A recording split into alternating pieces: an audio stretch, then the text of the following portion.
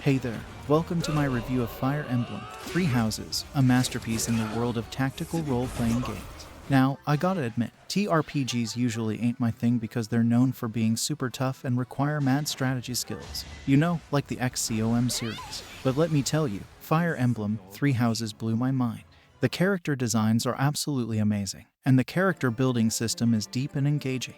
The story is so captivating, and the world they've created is just incredible. Seriously, this game is a must-play. Alright, enough chit-chat, let's dive into the epic story.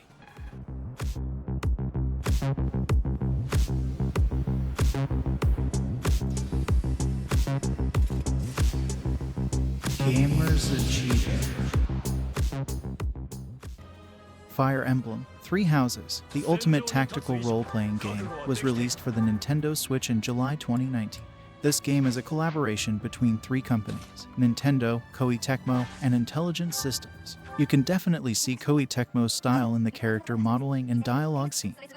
I got a fun fact about the game's title to share with you guys. In the Japanese version, the game is called Fire Emblem Fukusetsugetsu, which is actually a four-character idiom, acclaimed, that describes the beauty of nature and the changing seasons.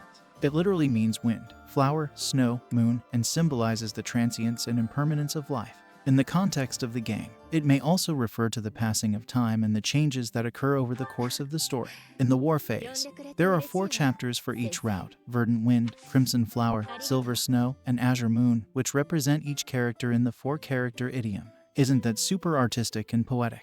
On the other hand, the English version's title, Three Houses, is more straightforward, simply indicating that the game is about 3 factions. To be honest, I prefer the Japanese title because it gives you more artistic conception and leaves more room for imagination. And by the way, the same 4-character idiom in Chinese has a totally different meaning. These days, it's often used to describe romance between men and women or being aimless and not having a clear direction.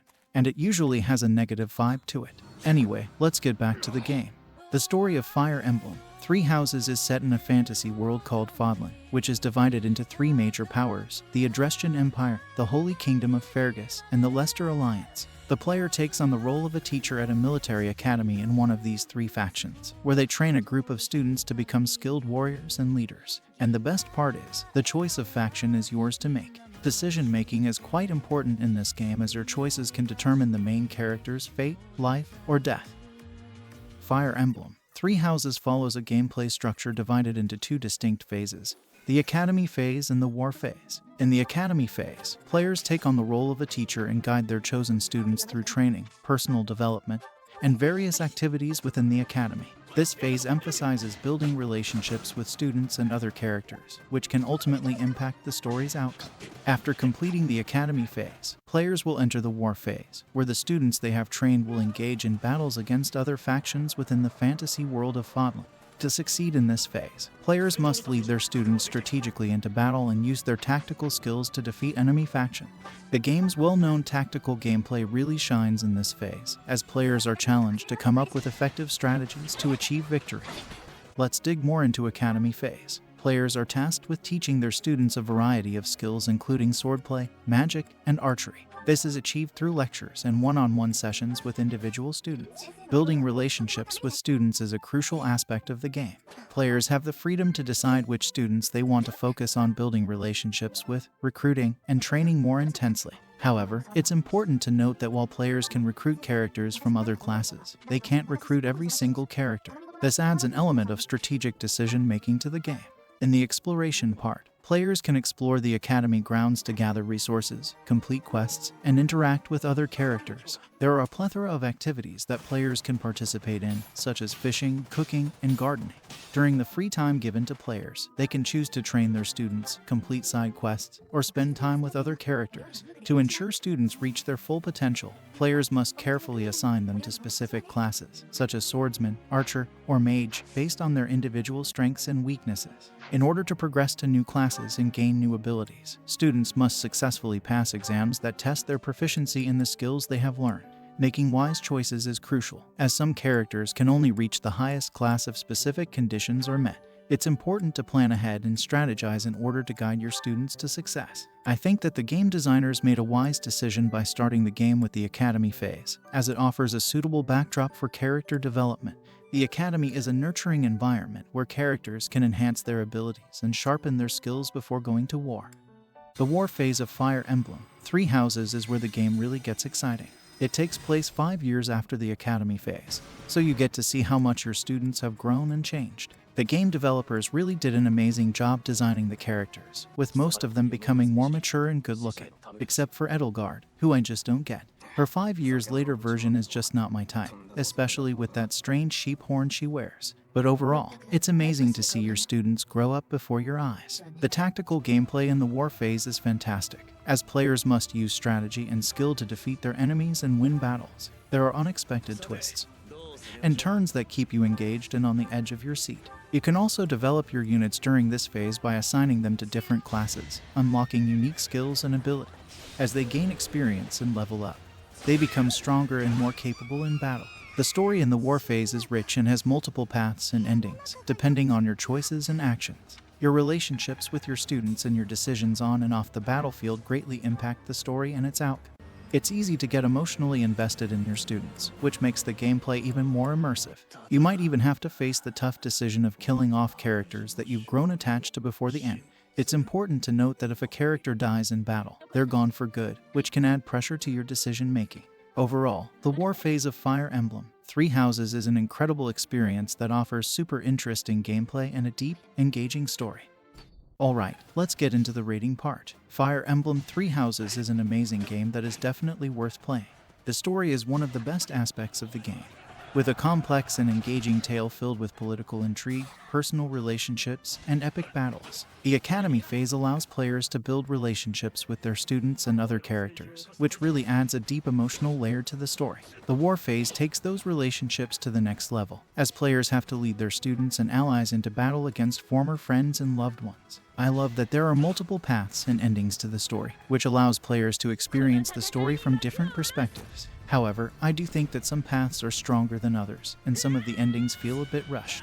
I chose the Adrestian Empire route as my first playthrough, which is filled with political intrigue, betrayal, and tragic consequences. You'll witness the rise of Edelgard, the ambitious leader of the Empire, as she seeks to overthrow the Church and bring about a new era of equality and unity. However, her methods are controversial, and some of her actions and decisions are morally questionable. As a player, you'll need to decide whether to support her goals or oppose them. It really forces you to confront difficult moral choices and deal with the consequences of your actions. However, the story in the Adrestian Empire route only scratches the surface of the game's overall plot. There are still many mysteries and plot twists that are not fully revealed until later in the game.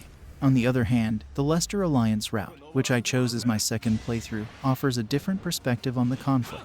Players will learn more about the underlying political and social issues that led to the war, as well as the various motivations of the different factions involved. Claude, the leader of the Alliance, is a laid-back and easygoing character who is always looking for ways to outsmart his opponent.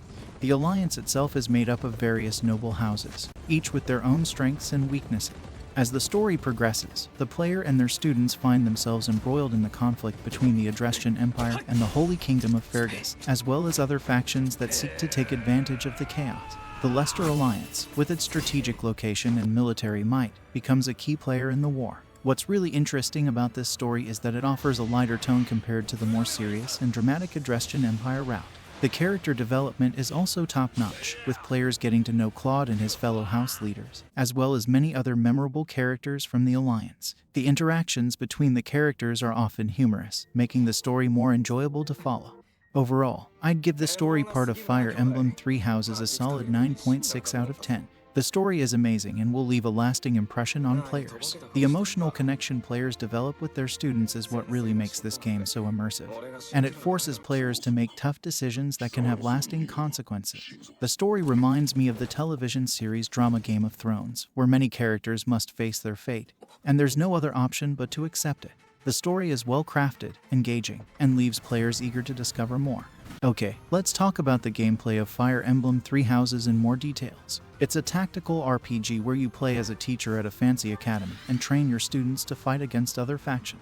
There are two main parts to the game: exploration and battles. During the exploration part, you can roam around the school and its surroundings, talk to other characters, train your students in different skills, and do tasks and quests. When it's time for battle, you move your units across a grid-based map and take on enemy units. There are different types of units like infantry, cavalry, archers, and mages, and each has its own strengths and weaknesses. To win, you have to be strategic in positioning your units and choosing the right attack.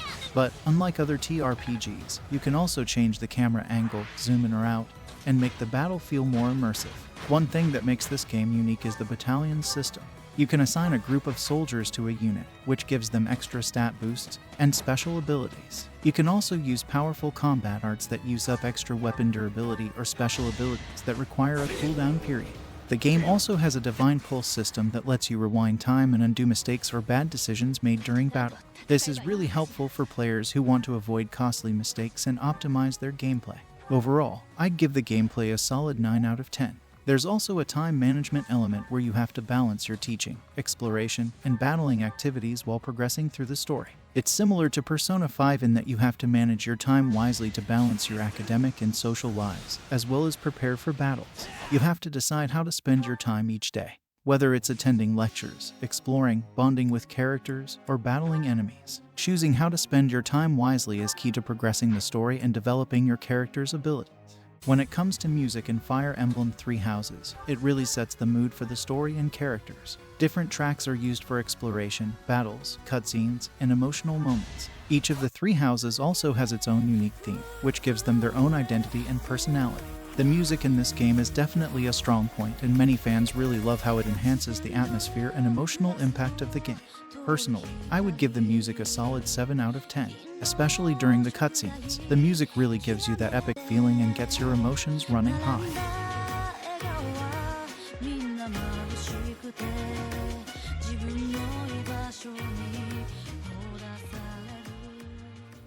Fire Emblem Three Houses looks really cool. It has a mix of 3D environments and characters that blend seamlessly with 2D anime-style portraits and animations. The game has a variety of environments, like the monastery and battlefields such as forests, deserts, and castles that are really detailed and look great.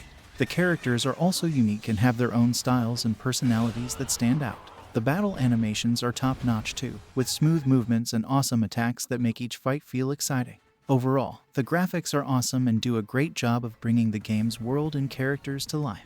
I'd give the graphics a solid score of 6.5 out of 10. But it's not like the super realistic games like Red Dead Redemption 2, and some players who aren't fans of the Japanese-style character designs might not rate it as high. Fire Emblem Three Houses has a high level of replayability due to its branching storylines and character relationships. The game features 3 different houses to choose from at the start, each with its own unique story and cast of characters. This allows players to experience the game from different perspectives and see how different choices affect the outcome of the story. However, it should be noted that completing just one playthrough can take a significant amount of time, as the game is quite lengthy. In my own experience, it took me around 130 hours to complete 2 of the available houses. But I gotta say, the replayability is off the charts with a score of 9.5 out of 10. Additionally, the game's support system and recruitment mechanics encourage players to interact with and recruit different characters on subsequent playthroughs. This can lead to different character interactions and story outcomes, as well as providing opportunities to try out different character combinations in battles. Furthermore, the game features a new Game Plus mode, which allows players to carry over certain progress and items from previous playthroughs. This makes subsequent playthroughs more streamlined and allows players to focus on different aspects of the game, such as raising different characters or exploring different story paths. Overall, Fire Emblem Three Houses is a fantastic game with engaging gameplay, memorable characters, great music, and impressive graphics. The game's time management element and multiple paths add to its replayability, making it worth playing multiple times to experience everything the game has to offer. While the graphics may not be to everyone's taste, the game's art style is unique and well done. Overall, I would highly recommend Fire Emblem Three Houses to fans of tactical RPGs, or anyone looking for a great game with a compelling story and memorable characters. If you're not completely satisfied with Fire Emblem Three Houses, there are plenty of other tactical RPGs out there that I highly recommend. One of my personal favorites is XCOM 2, which has a similar turn-based tactical gameplay style but with a sci-fi twist. Another great option is Triangle Strategy, which also features a grid-based battle system but with a focus on moral decision-making and branching story paths. Both games offer their own unique gameplay experiences and are worth checking out if you're a fan of the genre. Thanks for tuning into this review of Fire Emblem Three Houses. Overall, the game is pretty awesome and definitely worth checking out if you're a fan of tactical RPGs. But here's the real question that's been keeping me up at night. If one of the Three Houses leaders became the king or queen of your country, who would you want to rule over you? A. Edelgard, the determined and ambitious queen who won't let anything get in the way of her goals. She's got the guts to make tough decisions and get things done. B. Dimitri, the chivalrous and honorable king who's always striving to do the right thing. He's got a heart of gold, but he's also got a few skeletons in his closet. C. Claude, the suave and savvy king who values freedom and individuality. He's got a plan for everything and won't let anyone get in his way. D. Or maybe you're like me and think that Saros, the goddess of the game's world, should just rule over everything. She's pretty badass, after all. So, who would you pick and why? Let me know in the comments below, and maybe we'll start a war of our own.